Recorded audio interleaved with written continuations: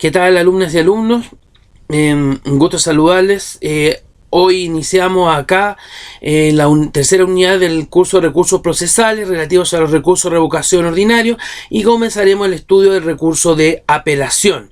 El recurso de apelación, que es un medio de impugnación dentro de los llamados recursos procesales, que forma parte de los grandes mecanismos de impugnación dentro de los procesos civiles, más restringidos los procesos penales y en otros procedimientos especiales.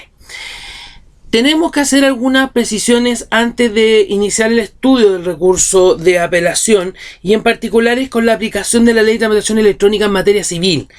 Recuerden que en las primeras clases vimos la Ley de Tramitación Electrónica e hicimos una precisión en cuanto a su aplicación.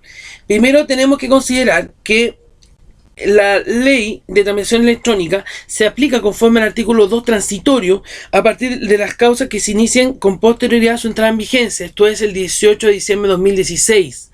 En este caso, el mismo artículo dispone cuándo se debe tener iniciada una causa, es decir, con la fecha de la presentación de la demanda o de una medida prejudicial. En este sentido, tenemos entonces que la Ley de Tramitación Electrónica se aplica a causas cuya medida prejudicial o demanda se presentaron a contar del 18 de diciembre de 2016.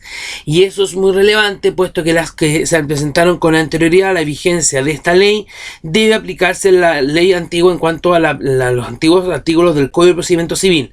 Eso es muy relevante a la hora que estudiemos este recurso, y es importante que ustedes lo refresquen, lo tengan bien claro, y que tendrán a disposición también la comparación entre las antiguas disposiciones con las nuevas, aplicando la Ley de Tramitación Electrónica. Hecho esa precisión, vamos a entrar al estudio de los recursos de apelación. Hablemos con aspectos generales. El recurso de apelación está ligado al concepto de instancia, y el concepto de instancia supone que un asunto permita ser revisado por más de un tribunal. Recuerden que nosotros distinguíamos un tribunal acuo en materia de recursos, que es ante el cual se interpone el recurso en cuestión, y el tribunal aquem, que es el tribunal que finalmente va a conocer del recurso y el que lo va a resolver. En particular, respecto del recurso de apelación, aquí el concepto que se maneja es el de instancia, porque se supone un sistema de doble revisión. Por eso, a partir de lo que señala el propio Código Orgánico Tribunal en su artículo 188, ahí distinguimos: un tribunal que conoce de única instancia supone que él conoce de una materia sin que proceda el recurso de apelación. En particular, respecto a los tribunales que conocen en primera instancia, es aquel en los cuales procede el recurso de apelación. Por otro lado, el tribunal de segunda instancia es el que ordena la ley que conozca del recurso de apelación interpuesto. Esto determina también la aplicación de una regla de la competencia que ustedes ya conocieron con anterioridad, que es la regla del grado de jerarquía, en la que determina el tribunal que conocerá tanto de primera como de segunda instancia. Recuerden esa regla, que es la del grado de jerarquía, y que determina finalmente cuál va a ser el tribunal ante el cual interpongo el recurso de apelación y quién es el que lo va a conocer. Sobre el particular, tenemos que el recurso de apelación tiene un resabio histórico, teniendo en cuenta que los motivos por los cuales este recurso se ha contemplado es la posibilidad de hacer una revisión por parte de un tribunal superior, que se supone que importa una revisión exhaustiva, ya más allá incluso de la realizada por el tribunal, dotada con una cantidad de jueces mayor y que tienen mayor experiencia en el tema.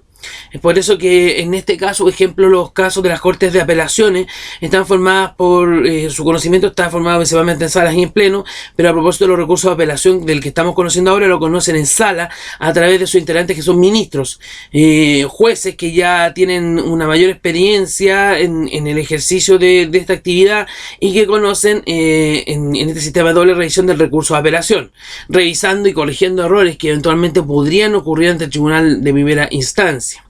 Ahora, en este caso hay una diferencia que existe en el procedimiento escrito con el procedimiento oral en nuestro sistema. En concreto, tenemos que el sistema escrito, que es el que rige en materia de procedimiento civil, el recurso de apelación es de gran aceptación, hay una procedencia mayor de aquel. Sin embargo, los procedimientos orales, el legislador le tiene un rechazo a esto, tomando en cuenta que hay un principio de inmediación, y quien tiene más facultades para poder resolver un asunto acorde a la realidad y a las circunstancias es el juez que está en este caso presenciando los hechos y del cual resuelve, puesto que un tribunal de segunda instancia no va a tener esa misma inmediación. Por lo tanto, resulta más restringida su aplicación, y eso que no le gusta al legislador. Eso es lo que ha pasado en este caso con el Código Procesal Penal, que nosotros vamos a también revisar, y que la procedencia del recurso de apelación resulta mucho más restringida. Es por eso que históricamente se ha contemplado en estos procedimientos escritos el recurso de apelación. Y es el código que actualmente tenemos, un código que de larga data, que viene de un sistema principalmente en el que rige la escrituración, y en su caso, si existe aspectos verbales, la protocolización, en el cual en estos principios formativos de procedimiento, en los que resulta aplicable al procedimiento civil. Primero tenemos que señalar que el recurso de apelación está regulado en el Código de Procedimiento Civil entre los artículos 186 y 230, y hay otras disposiciones diversas que también hacen referencia a la procedencia del recurso de apelación. Vamos a tener que ir viéndolas caso a caso, y en este caso principalmente nos vamos a concentrar en los aspectos genéricos de aquel. El Código Procesal Penal tiene una regulación también a propósito de recurso de apelación, pero tiene sus disposiciones específicas que están en los artículos 364 y 371, y ahí establece una aplicación restrictiva de este recurso. Este recurso en esa materia parece ser la excepción, no la regla general como aparece en el Código de Procedimiento Civil. Es bastante complejo encontrar resoluciones inapelables, aunque están en el Código de Procedimiento Civil, pero aquí la regla general es la procedencia del recurso de apelación. En otras legislaciones tenemos que remitirnos y ver cada aplicación en particular en relación a si es que procede a aplicar supletoriamente el Código de Procedimiento Civil, y ahí tenemos que revisarlo caso a caso. Como por ejemplo la Ley de Tribunales de Familia, que hace una remisión, establece la procedencia del recurso de apelación, pero también tenemos que aplicar las disposiciones que son especiales, en este caso por sobre las de este Código de Enjuiciamiento Civil. Y así también en el Código del Trabajo, en otros códigos también, y en otras leyes especiales. ¿Cómo podemos definir el recurso de apelación? El recurso de apelación está definido como un acto jurídico procesal de parte agraviada que ha sufrido un gravamen con la dictación de una resolución judicial, y que tiene por objeto solicitarle al tribunal que la dictó que eleve su conocimiento al Tribunal Superior para que éste enmiende esa resolución judicial con arreglo a derecho. Entonces, el concepto que va a ser el recurso de apelación, el objetivo es reparar un agravio, enmendar un agravio que ha causado una de las partes con la dictación de la resolución. Y el objetivo, por lo tanto, es además que ese agravio sea corregido por un tribunal superior jerárquico. Por eso el objetivo también es elevar los antecedentes. Yo interpongo el recurso ¿para qué? Para que el tribunal que dictó la resolución eleve los antecedentes superior, y el tribunal superior es el que resuelva y enmiende conforme a derecho. Sobre el particular tenemos que aceptar algunas características, y esto a partir del concepto del recurso de apelación. Característica: en primer término, es un recurso ordinario en materia civil, puesto que concede contra la generalidad de las resoluciones judiciales, y el agravio es el requisito necesario y genérico que tiene el recurso de apelación. Sin embargo, nosotros vamos a ver más adelante que esta característica no está dentro del Código Procesal Penal, puesto que el Código Procesal Penal lo establece de manera bastante restringida según los casos que vamos a ver del artículo 370 del Código Procesal Penal. Hay algunas legislaciones especiales que también restringen su procedencia, como otras que se remiten supletoriamente al Código de Procedimiento Civil, y por lo tanto debemos entender también que es un recurso ordinario. Es un recurso, en segundo lugar, que se deduce ante el tribunal que dictó la resolución. ¿Para qué? Para que éste eleve al tribunal superior los antecedentes, y este sea el que enmiende la resolución conforme a derecho, y así elimine el agravio causado. En tercer lugar, emana de las facultades jurisdiccionales de los tribunales. Es un ejercicio de la función jurisdiccional. Nosotros vamos a ver después que hay otros ejercicios de facultades disciplinarias, económicas, y que también intervienen en algunos casos los determinados recursos procesales. Es un recurso que constituye y que lleva exclusivamente el concepto de instancia, el concepto de primera instancia, única instancia y segunda instancia. Recuerden, aunque sea majadero y aunque sea algo bastante básico, debemos entender que el concepto de instancia está ligado única y exclusivamente al recurso de apelación. El concepto es claro, solamente y únicamente aplicable al recurso de apelación. Es un recurso que es de carácter vinculante, dado que es necesario para deducirlo, en relación con otros recursos que yo puedo presentar y que en particular sean necesarios para prepararlo, como por ejemplo yo me estoy refiriendo específicamente al recurso de casación en la forma. El recurso de casación en la forma nosotros vamos a ver que es un recurso de nulidad que está establecido en el proceso civil y que requiere cierta preparación en algunas causales, y una de las formas de preparar esas causales es a través especialmente de todos los mecanismos de impugnación que me da el legislador, entre ellos el recurso de apelación.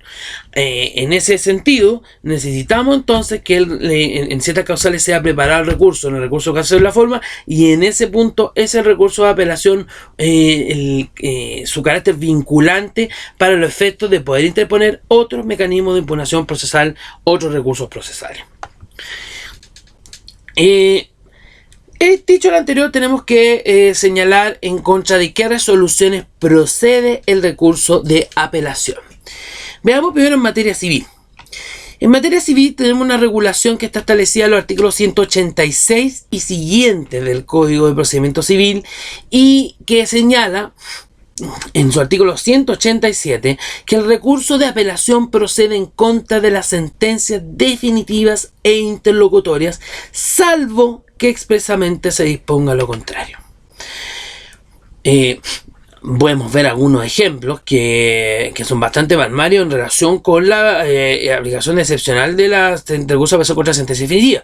En particular, el recurso, la sentencia dictada en juicio de mínima cuantía, los juicios de mínima cuantía, juicio ordinario de mínima cuantía o ejecutivos de mínima cuantía, el concepto es que no procede el recurso de apelación. Hay algunas sentencias interlocutorias las cuales solo procede la reposición por expreso mandato del legislador.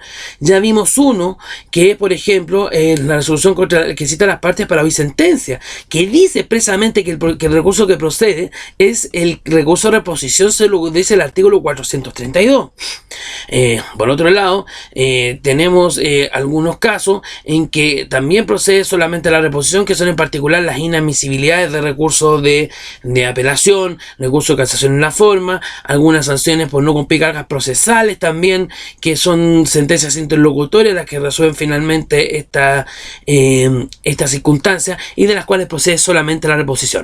Por eso entonces reiteramos que en materia civil procede contra las sentencias definitivas e interlocutorias, a menos que se señale expresamente lo contrario.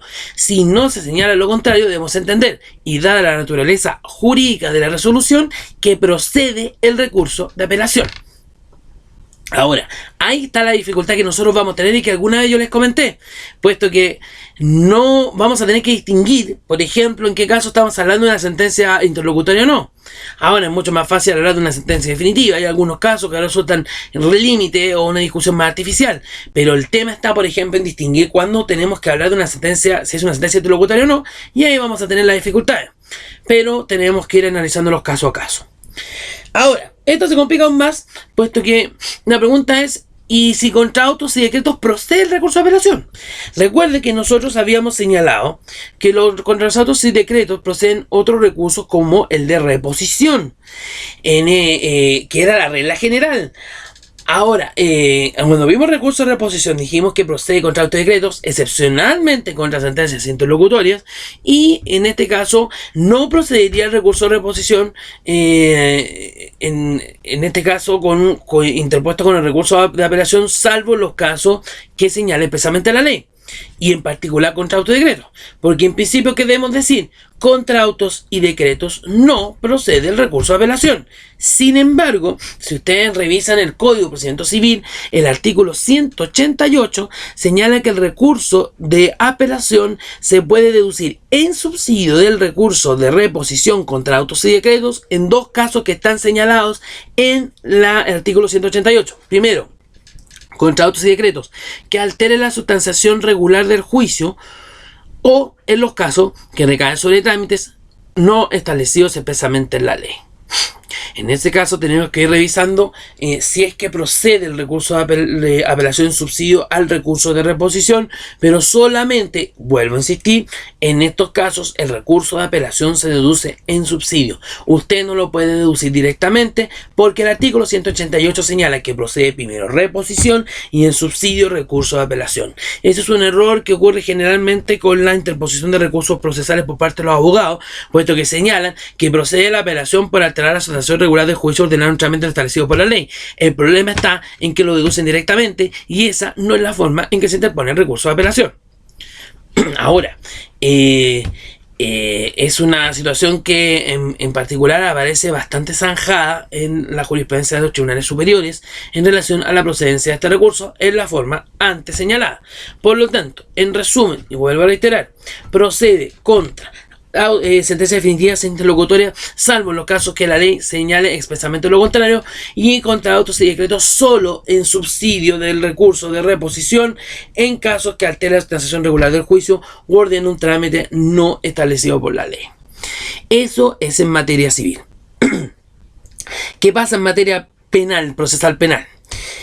El Código Procesal Penal establece una procedencia restringida de recurso de apelación porque aquí al legislador no le gusta el recurso de apelación específicamente por la aplicación del principio de la inmediación, dado que el procedimiento es verbal y tenemos que la cercanía del juez de garantía o el juez del tribunal oral en lo penal le generan una mayor percepción, una mejor percepción a este juez para resolver un asunto, que sería muy distinto de resolver por un tribunal superior que no tendría contacto directo, por ejemplo, con testigos, con medios de prueba o con los hechos que se han vertido y que se ha dictado la respectiva sentencia.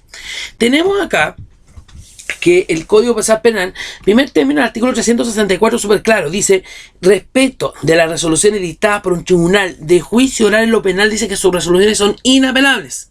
Inapelable. Ahora, ¿qué ha pasado en la práctica? Y esto se lo debo señalar. Por ejemplo, a propósito de las condenaciones en contra del tribunal de lo penal, entendiéndose que hay una resolución, una sentencia interlocutoria dentro de la sentencia definitiva, en particular por la condena en costas, se ha establecido que procede el recurso de apelación. Ahora, por aplicación de las reglas generales en virtud del artículo 52. Es algo bastante reñido, es algo bastante discutible, pero se ha visto que así se ha aplicado. Ahora, nosotros en todo caso debemos decir en principio que el artículo 364 señala que las resoluciones dictadas por un tribunal de juicio oral en lo penal son inapelables. ¿Qué pasa a propósito de materia penal? El artículo 370 del Código Procesal Penal establece la procedencia del recurso de apelación solo en los casos que se señalan en él. Primero, respecto a las resoluciones que ponen término al procedimiento. Segundo, las que hacen imposible su continuación. Tercero, las que suspenden el procedimiento por más de 30 días. Y por último, que es un cajón desastre, aunque aquí en realidad yo creo que la técnica legislativa está mucho mejor, puesto que la causal de la letra B del artículo 370 dice los casos que la ley lo señala expresamente. Entonces debemos entender que acá, si bien esto deja bastante amplio, debemos entender que si no lo señala expresamente el legislador, no procede el recurso de apelación. Van a encontrarse con distintas disposiciones dentro del Código Procesal Penal que les señala expresamente la procedencia del recurso de apelación. Hay algunas que están señalando apuntes como ejemplo. Por ejemplo, la que declara inadmisible la querella, la que declara el abandono de la querella, la que decreta sobreseimiento definitivo temporal, la que se pronuncia sobre la suspensión condicional del procedimiento, la que se pronuncia sobre los acuerdos reparatorios, la que se pronuncia sobre la autoapertura de juicio oral solo procedente del Ministerio Público en el caso que se excluya prueba ofrecida por el ente persecutor en caso de vulneración de derechos y garantías fundamentales. En la sentencia dictada en procedimiento abreviado, que es un caso que es único en la procedencia de un recurso de apelación contra sentencia definitiva respecto de una sentencia penal y en particular respecto al procedimiento abreviado. Y así podríamos ir señalando otras disposiciones también en materia de medidas cautelares en virtud de lo que dispone el artículo 149 del Código Procesal Penal en relación con la procedencia de la apelación. Y ahí tenemos que hacer una distinción mayor que obviamente en su curso de Derecho Procesal Penal está señalado en el caso de la deposición verbal del recurso de apelación por parte del Ministerio Público, en los casos específicos del artículo 149, que obedece a lo que es la llamada agenda corta que se aplicó en su oportunidad, Ley 20.253, y la deposición también de recurso de apelación por escrito. Pero nosotros creo que vamos a señalar genéricamente ese aspecto, puesto que en particular debe ser materia que se conocía a propósito del curso de Derecho Procesal Penal. ¿Qué factores, ahora dicho lo anterior, son los que influyen para que el recurso de apelación sea procedente según lo que señala el legislador? Nosotros debemos considerar que el recurso de apelación en materia civil, y tal como lo habíamos señalado, procede contra la generalidad de las sentencias definitivas interlocutorias. Insisto, salvo en los casos que la ley expresamente señale lo contrario. Contra otro decreto, ya lo dijimos, en subsidio de recurso de reposición en los casos del artículo 188. En materia penal, restringidamente, tal como lo señalábamos precedentemente. Hay algunos aspectos sí que influyen para poder determinar y en qué casos procede o no la apelación, y estos son los que juegan entre sí para poder determinarla. Primero, la cuantía del asunto. Ahora, está súper claro según el Código Orgánico Tribunal en su artículo 45, en los casos que existe un juicio de mínima cuantía, salvo que se aplique la regla del fuero. Recuerden que el fuero cambia, modifica las competencias y además en algunos aspectos del procedimiento a propósito de estos juicios en materia civil en relación con la procedencia o no del recurso de apelación. Por ejemplo, entonces, señalábamos que en el caso de la cuantía, un juicio de mínima cuantía no procede el recurso de apelación, salvo en el caso que rija el fuero. La naturaleza del asunto. También hay algunos aspectos que nosotros tenemos que revisar caso a caso si es que procede, que atendía la naturaleza jurídica de la resolución, la procedencia de recurso de apelación. Ya lo dijimos entonces a propósito de las resoluciones contra las cuales procede. También la naturaleza del asunto, que pese a la naturaleza jurídica de la resolución no es susceptible de recurso de apelación. Veamos claramente, por ejemplo, la resolución que cita las partes y sentencia no es susceptible de recurso de apelación, pero sí de recurso de reposición. Otras que se pronuncian sobre la admisibilidad y sanciones procesales a propósito del recurso de apelación, recurso de casación en la forma, en la cual también procede el recurso de reposición y no el recurso de apelación, pese a que se trata de sentencias interlocutorias. También la instancia en que se dicta la resolución. Debemos entender entonces en que si hablamos de primera instancia es procedente el recurso de apelación. Si hablamos de segunda instancia es el tribunal que conoce el recurso de apelación. Y si hablamos de única instancia es que no procede el recurso de apelación. El tribunal que pronuncia la resolución también, puesto que y esto resulta mucho más claro a propósito del proceso penal, puesto que el artículo 364 del Código Procesal Penal dice que las resoluciones dictadas ante el tribunal oral en lo penal son inapelables. Entre paréntesis, ya habíamos señalado a propósito lo que pasaba con el tema de las costas, que yo ya le había señalado que en la práctica se está haciendo procedente solo en ese aspecto el recurso de apelación. En lo demás tendrá que deducir el recurso de nulidad que está contemplado en ese cuerpo normativo. ¿Ya? Entonces, en dicho lo anterior, también tenemos que analizar en esta parte introductoria cuál es la causal que fundamenta la interposición de recurso de apelación. Nosotros ya habíamos hablado en las primeras clases a propósito de los recursos y dentro de los elementos que contiene, que es el llamado agravio. El agravio, entiéndase que, y vuelvo a recordarles, que es el perjuicio que se ocasiona y que se mide entre la diferencia entre lo que pide una parte y lo que en este caso concede el tribunal. Por eso les señalaba la importancia que tiene cuando se redacta una demanda o una demanda principal, una demanda reconvencional, es la petición que se formula al tribunal. Puede existir perfectamente un error en esa petición y después el tribunal no puede excederse más allá de lo que se concede. Por eso resulta muy relevante a la hora de que ustedes redacten una demanda principal, una demanda reconvencional. Y además nosotros vamos a ver que también es relevante que ustedes aprendan a redactar bien un recurso de apelación, puesto que el agravio tiene que quedar plasmado en el recurso y por lo tanto obviamente que nosotros buscamos su reparación y eso debe quedar plasmado también en la parte petitoria del recurso, que es donde le pido al tribunal superior jerárquico, al de segunda instancia, que es el que va a enmendar el agravio que yo creo que se ha ocurrido conforme a derecho. Si yo no lo plasmo bien, adecuadamente, la corte o el tribunal de segunda instancia que corresponda no va a tener más competencias de las cuales yo le voy a dar. Por eso es necesario que el agravio quede debidamente plasmado en su parte petitoria y además señalado en el cuerpo de recurso. No es un requisito cuantitativo en este caso para poder determinar la procedencia del recurso de apelación en cuanto a su examen de admisibilidad, pero sí va a ser relevante a la hora de que sea conocido en el fondo, puesto que en definitiva el recurso no prosperará si es que el agravio no queda plasmado adecuadamente, o en definitiva usted no ha establecido concretamente cuál es el agravio causado. No va a ser claramente el examen de admisibilidad que va a hacer el tribunal de primera como de segunda instancia cuando lo veamos más adelante, pero sí va a pesar a la hora cuando se conozca del recurso de apelación ante el tribunal de alzada, que es el tribunal de segunda instancia. Así que por lo tanto recuerden bien que el concepto por el cual se interpone el recurso de apelación es el agravio. Cabe recordar nuevamente, recuerden ustedes lo que decía a propósito del agravio, porque no está descrito, no está definido en el Código de Procedimiento Civil lo que dice el artículo 751 del mismo cuerpo antes señalado en relación con el juicio de Hacienda. Ahí entendíamos en qué casos procede el agravio, o hay a propósito del perjuicio fiscal, en que habiendo obliga al fisco, quien tiene interés en los juicios de Hacienda, para poder deducir el recurso de impugnación respectivo, recurso de apelación. Ahí tenemos definido el artículo 751, es decir, no se acoge totalmente la demanda, no se acoge totalmente la reconvención, no se ha desechado totalmente la demanda en su contra, o no se acoge totalmente la reconvención deducida. Esto para el demandante o el demandado, tal como señalan y ya como lo habíamos revisado a propósito del requisito del agravio. ¿Cuál es el objetivo que tiene el recurso de apelación? El recurso de apelación es un recurso de enmienda.